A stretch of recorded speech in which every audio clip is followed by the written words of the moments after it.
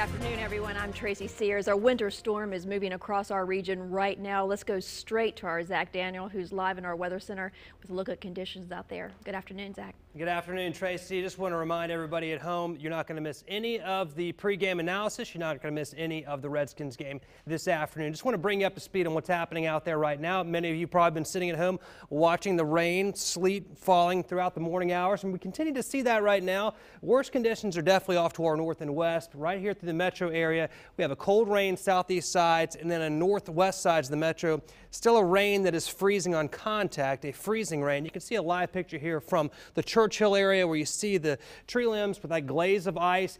Every now and then you see a little drip fall. That's a good indication that temperatures are now above freezing, and that is the case across many areas. Temperatures just marginally above freezing, so allowing that ice accretion to not really occur anymore. And you can see a little close-up view here of that mixed precipitation in the metro. Here are your temperatures. Again, a little bit above freezing, 34 Sandston, 33 downtown Richmond, but a little below freezing up around Ashland, and also down near the Winterpauck area. Temperatures across the state, again, it gets rough up here when we're in the upper 20s. Everything falling is sticking on contact, so that is a bad situation the farther north and west you go. We still have the winter weather advisory in effect for all counties in purple, which includes the metro area, and then it gets worse, the winter storm warning, where we'll have greater accumulations of ice and sleet off to our north and west, and that's where meteorologist Mike Goldberg is headed right now. He has a live picture and analysis out on the roads. Mike, what you got?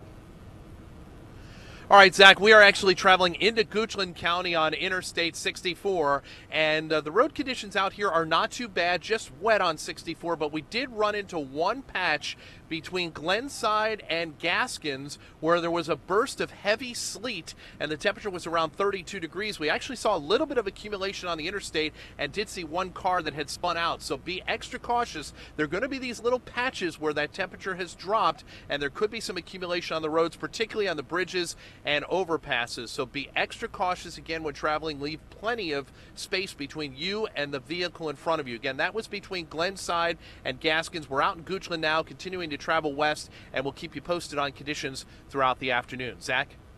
All right, thanks for that update, Mike. And again, yeah, the freezing rain is going to come in patches. Here's what's happening. It's snow aloft, then it melts to liquid, and there's just a very shallow area of cold air at the surface. And so everything that falls is in liquid form. It just looks like rain, but it freezes on contact, and it kind of glazes everything up. Here's where we are on the winter timeline right now.